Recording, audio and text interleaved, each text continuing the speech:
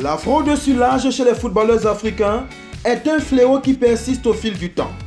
Si certaines fédérations prennent des mesures pour lutter contre ce phénomène, de nombreux professionnels du ballon rond s'accommodent de cette situation. Plusieurs pays ont déjà été pointés du doigt et même sanctionnés par des instances organisatrices de compétition pour des fraudes sur l'âge. En septembre 2018, la Confédération africaine de football avait exclu le Bénin des éliminatoires de la CAN U17 pour tricherie sur l'âge. Plus récemment, la Fédération camerounaise de football a déclaré inéligible au play-off du championnat 62 joueurs pour des problèmes de fraude d'âge présumés. Rajeunir l'âge des footballeurs. Cette méthode est souvent pratiquée par des agents ou des recruteurs peu scrupuleux avec l'aide de faussaires ou d'une administration corrompue qui recherche l'argent. Certaines équipes seraient même au courant de ce trafic d'âge très tabou, mais fermeraient les yeux pour jouir de footballeurs talentueux. Talentueux, mais dont la carrière est déjà plus ou moins amputée. Car si l'âge peut être trafiqué, il n'en est pas de même avec l'horloge biologique qui donne généralement des signes de fatigue à la trentaine.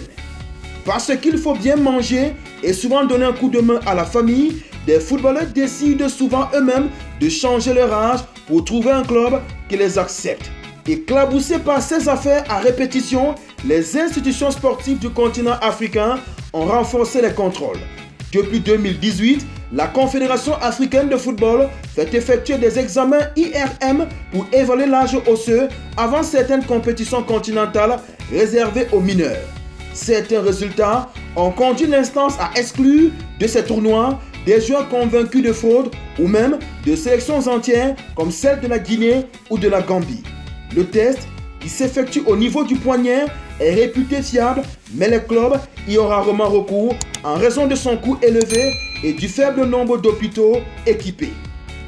Malgré l'existence des contrôles de plus en plus sophistiqués, il est difficile de complètement éradiquer ce phénomène car les sommes d'argent en jeu lors des transferts sont telles que les magouilles vont continuer.